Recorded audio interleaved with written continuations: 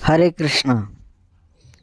श्रीमद् भगवद गीता के 18वें अध्याय का महात्मा पार्वती जी के कहने पर श्री महादेव जी ने कथा संवाद सुनाते हैं। श्री पार्वती जी ने कहा, भगवान आपने 17वें अध्याय का महात्मा बतलाया, आप 18वें अध्याय के महात्मा का वर्णन कीजिए। श्री महादेव जी ने कहा, गिरि नंदिनी चिन्मय आनंद की धारा बहाने वाली 18वें अध्याय के पावन महात्मा को, जो वेद से भी उत्तम है, श्रवण करो। यह संपूर्ण शास्त्र का सर्वस्व कानों में पड़ा हुआ रसायन के समान तथा संसार के जातना जल को छिन्न भिन्न करने वाला है। सिद्ध पुरुष के लिए यह परम रहस्य की वस्तु है। इसमें अविद्या का नाश करने की पूर्ण क्षमता है। यह भगवान विष्णु की चेतना तथा सर्वश्रेष्ठ परम पद है। इतना ही नहीं, यह विवेक मोही लता का मूल काम, क्रोध और मद को नष्ट करने वाला है। इंद्र आदि देवता के चित्त का विश्राम मंदिर तथा सनक सनंदन सनातन सनत कुमार सहयोगियों का मनोरंजन करने वाला है। इसके पाठ मात्र से जमदूतों की गर्जना बंद हो जाती है। पर्वत की इससे बढ़कर कोई ऐसा रहस्यमय उपदेश नहीं है जो संतप्त मानव के त्रिविध तापों को हरने वाला और बड़े बड़े पातकों का नाश करने वाला है। 18वें अध्याय का लोकोत्तर महात्मा है। इसके संबंध में जो पवित्र उपाख्यान है उसे भक्तिपूर्वक सुनो। उसके श्रवण मात्र से जीव समस्त पापों से मुक्त हो जाता है। मेरुगिरी के शिखर पर अमरावती नाम वाली एक रमणीय पुरी है। उसे पूर्व काल में विश्वकर्मा ने बनाया था। उस पुरी में देवताओं द्वारा सेवित इंद्र सोची के साथ निवास करते थे। एक दिन वे सुखपूर्वक बैठे हुए थे। इतने ही में उन्होंने देखा कि भगवान विष्णु के दूतों से सेवित एक अन्य पुरुष वहाँ आ रहा है। इंद्र उस नवागत पुरुष के तेजस से तिरस्कृत होकर तुरंत ही अपने मणिमय सिंहासन से मंडप में गिर पड़े। तब इंद्र के सेवकों ने देवलोकों के साम्राज्य का मुकुट इस नूतन इंद्र के मस्तक पर रख दिया।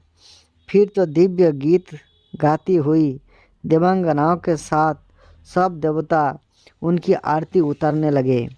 ऋषियों ने वेद मंत्रों का उच्चारण करके उन्हें अनेक आशीर्वाद दिया। गंधर्वों का ललित स्वर में मंगलमय गान होने लगा। इस प्रकार इस नवीन इंद्र को सयज्ञ का अनुष्ठान किए बिना ही नाना प्रकार के उत्सवों से सेवित देखकर पुराने इंद्र को बड़ा विस्मय हुआ। ये सोचने लगे, इसने तो मार्ग में ना कभी भोंसले बनवाए, ना पोखरे खुदवाए और ना पथिकों को विश्राम देने वाले बड़े बड़े वृक्ष ही लगवाए। अकाल पड़ने पर अन्नदान द्वारा इसने प्राणियों का सत्कार भी नहीं किया है। इसके द्वारा तीर्थ में सत्र और गांव में यज्ञ का अनुष्ठान भी नहीं हुआ है। फिर इसने यहाँ भाग्य की दी हुई ये सारी वस्तुएं कैसे प्राप्त की है। इस चिंता से व्याकुल होकर इंद्र भगवान विष्णु से पूछने के लिए प्रेम पूर्वक क्षीर सागर के तट पर गए और वहाँ अकस्मात अपने साम्राज्य से भ्रष्ट होने का दुख निवेदन करते हुए बोले, लक्ष्मीकांत, मैंने पूर्व काल में आपकी प्रसन्नता के लिए 100 यज्ञों का अनुष्ठान किया था। उसी की पुण्य से मुझे इंद्र पद की प्राप्ति हुई थी। किंतु इस समय स्वर्ग में कोई दूसरा ही इंद्र अधिकार जमाए बैठा है। उसने तो ना कभी धर्म का अनुष्ठान किया है और ना यज्ञ का। फिर उसने मेरे दिव्य सिंहासन पर कैसे अधिकार जमाया है। भगवान बोले, इंद्र, यह गीता के 18वें अध्याय में से 5 श्लोकों का प्रतिदिन पाठ करता है। उसी के पुण्य से उसने तुम्हारे उत्तम साम्राज्य को प्राप्त कर लिया है। गीता के 18वें अध्याय का पाठ सब पुण्यों का शिरोमणि है। उसी का आश्रय लेकर तुम भी अपने पथ पर स्थिर हो सकते हो। भगवान विष्णु के ये वचन सुनकर और उस उत्तम उपाय को जानकर इंद्र ब्राह्मण का वेश बनाए गोदावरी के तट पर गए। वहाँ उन्होंने काली का ग्राम नामक उत्तम और पवित्र नगर देखा। यहाँ काल का भी मर्दन करने वाले भगवान कालेश्वर विराजमान है। वहीं गोदावरी तट पर एक परम धर्मात्मा ब्राह्मण बैठे थे, जो बड़े ही दयालु और वेदों के पारंगत विद्वान थे। ये अपने मन को बस में करके प्रतिदिन गीता के 18वें अध्याय का स्वाध्याय किया करते थे। उन्हें देखकर इंद्र ने बड़ी प्रसन्नता के साथ उनके दोनों चरणों में मस्तक झुकाया और उन्हीं से 18वें अध्याय को पढ़ा। फिर उसी के पुण्य से उन्होंने श्री विष्णु का सायुज्य प्राप्त कर लिया। इंद्र आदि देवता पद बहुत ही छोटा है, यह जानकर ये परम हर्षित के साथ उत्तम वैकुंठ धाम को गए। अतः यह अध्याय मुनियों के लिए वर्णन श्रेष्ठ परम पद तत्व है। यह अध्याय मुनियों के लिए श्रेष्ठ परम तत्व है। पार्वती, 18वें अध्याय के इस दिव्य महात्मा का वर्णन समाप्त हुआ। इसके श्रवण मात्र से मनुष्य सब पापों से छुटकारा पा जाता है। इस प्रकार संपूर्ण गीता का पाप नाशक महात्मा बतलाया गया।